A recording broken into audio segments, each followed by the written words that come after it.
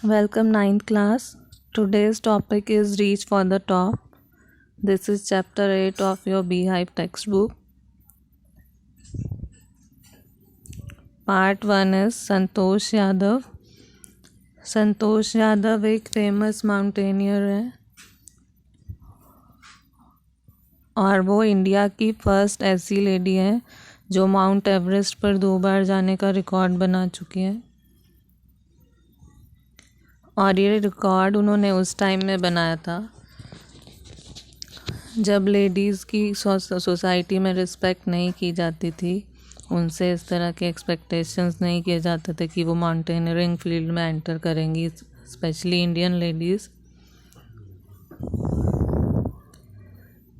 और उन्होंने एक एग्ज़ाम्पल सेट किया है सोसाइटी में इस तरह की अचीवमेंट से।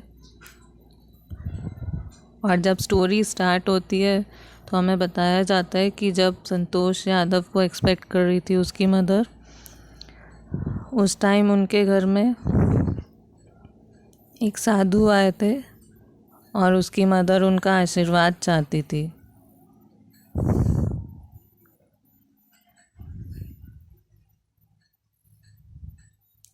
और उस टाइम उनको ऐसा लगा कि उनकी मदर एक बेटा चाहती हैं, क्योंकि वो हरियाणा के एक डिस्ट्रिक्ट से बिलोंग करती थी और वहाँ पे लड़कों को ही ज़्यादा इम्पोर्टेंट समझा जाता था। पर वो ये सुनकर हैरान हुए कि संतोष यादव की जो ग्रैंड मदर है, उन्होंने कहा कि हमें बेटा नहीं चाहिए, क्योंकि उनके ऑलरेडी 5 लड़के थे। तो इस बार वो चाहती थी जो 6th चाइल्ड हो वो एक लड़की हो। तो इस बार ये ब्लेसिंग उन्होंने मांगी थी और ये ब्लेसिंग ट्रू हो गई थी। जो 6th चाइल्ड था वो संतोष यादव पैदा हुई है। उनका बर्थ हरियाणा के एक छोटे से डिस्ट्रिक्ट में हुआ। इस डिस्ट्रिक्ट का नाम है जोनियावास, रेवाड़ी का एक गांव है।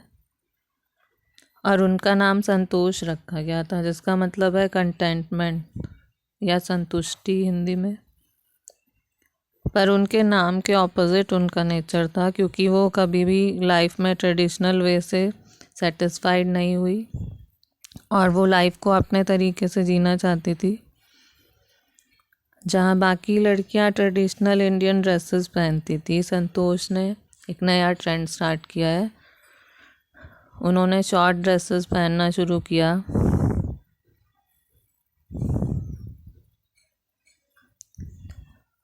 इस तरह से पहला चेंज वो अपनी लाइफ में लाई है। उसके बाद जो सेकंड चेंज था उनकी लाइफ में, 3rd पैराग्राफ में हमें बताया गया है कि उनके यहाँ पे एक ट्रेंड था कि जब स्कूल जाना शुरू करते हैं जमींदारों के बच्चे, तो बेस्ट स्कूल में जाया करते थे न्यू दिल्ली में। पर ये जो कस्टम था ये लड़कों के लिए था, और क्योंकि वो एक लड़की थी तो उन्हें ये फैसिलिटी नहीं मिली थी। पर उन्होंने सिस्टम के अगेंस्ट जाना चाहा और जब वो 16 साल की हुई तो उन्होंने इसके अगेंस्ट रिवॉल्ट किया। उनके गांव का ये सिस्टम था कि 16 साल की जब लड़की हो जाती थी तो उसकी शादी कर दी जाती थी। पर संतोष यादव ने प्रोटेस्ट किया। उन्होंने कहा कि मैं आगे पढ़ाई करना चाहती हूँ, और ये भी कहा कि अगर उस पर कोई प्रेशर बनाया जाएगा तो शी वुड नेवर मैरी। और उन्होंने खुद से ही जाकर दिल्ली के एक स्कूल में एडमिशन ले लिया। उनके पेरेंट्स ने उन्हें मना किया आगे की पढ़ाई कराने के लिए, पर उन्होंने कहा कि मैं अपनी पॉकेट मनी खुद अर्न कर सकती हूँ। इसीलिए उसके पेरेंट्स मान गए उसकी एजुकेशन का खर्चा देने के लिए।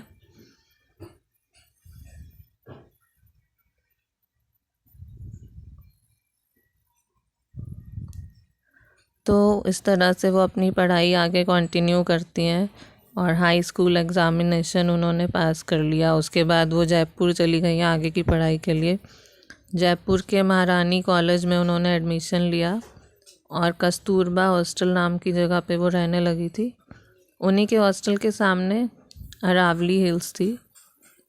और वहाँ से वो देखा करती थी कि बहुत सारे विलेजर्स माउंटेनियरिंग की प्रैक्टिस करते हैं, तो उनको भी इस तरह से इंटरेस्ट डेवलप हो रहा था माउंटेनियरिंग में।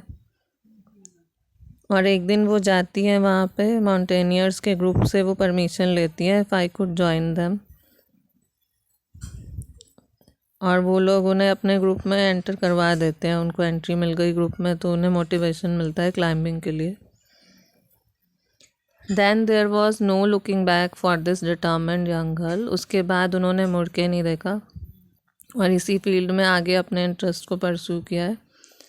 और उन्होंने एक इंस्टीट्यूट से इससे रिलेटेड माउंटेनियरिंग कोर्स ज्वाइन किया है। उस इंस्टीट्यूट का नाम था उत्तरकाशीज़ नेहरू इंस्टीट्यूट ऑफ माउंटेनियरिंग।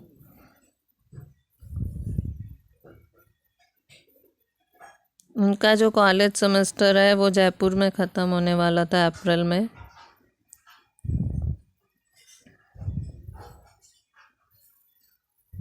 पर वो मई में एंड हुआ। सेमेस्टर एंड होने में मतलब 1 महीने की देर हो गई थी,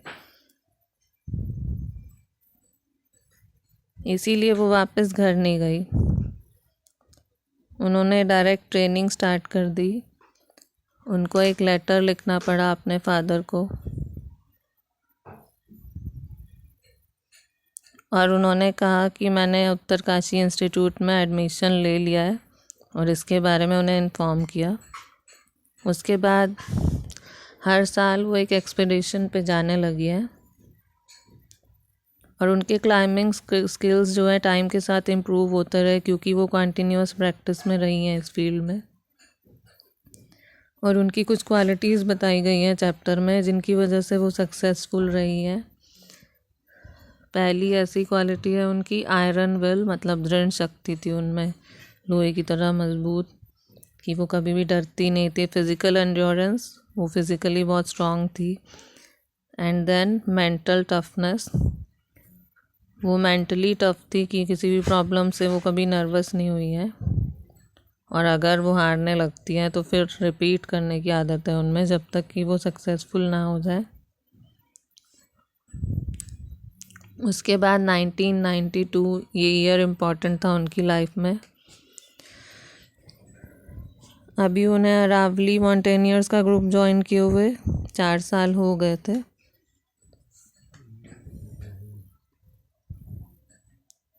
और जब वो माउंट एवरेस्ट में पहली बार चढ़ी थी तब उनकी एज थी 20 साल। तो उनका ये फर्स्ट रिकॉर्ड था of becoming the youngest women in the world to achieve the feat. वो दुनिया की पहली ऐसी महिला बनी जो सबसे कम उम्र में माउंट एवरेस्ट पे गई है।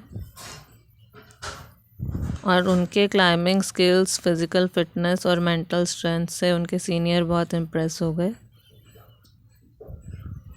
और उनके जो साथी थे वो भी इसी क्वालिटी से इम्प्रेस्ड रहते थे कि वो कभी हार नहीं मानती हैं, इतनी सी एज में इतनी सक्सेसफुल रही हैं। और 1992 एवरेस्ट मिशन पे जब वो थे तो उनके एक फ्रेंड की तबीयत बहुत ख़राब हो गई थी, और उस टाइम उन्होंने बहुत हेल्प की अपने फ्रेंड को सेव करने में। अनफॉर्चुनेटली वो उसे बचा नहीं पाई थी, पर एक और क्लाइंबर थे उसी ग्रुप में, मोहन सिंह, जिनको उसने बचाया, और उसने अपना ऑक्सीजन सिलेंडर उनके साथ शेयर किया था उन्हें बचाने के लिए। और 1 साल के अंदर उन्होंने एक और ग्रुप ज्वाइन किया, इंडोनेपोलिस वुमेन्स एक्सपीडिशन। इंडिया और नेपाल की औरतों का एक ग्रुप था जो माउंटेनियरिंग करते थे। अब उन्होंने अपना सेकंड रिकॉर्ड सेट किया इस बार का उनका रिकॉर्ड था the only women to have scaled the Everest twice. दुनिया की ऐसी इकलौती महिला बनी वो जो माउंट एवरेस्ट पर 2 बार गई हैं।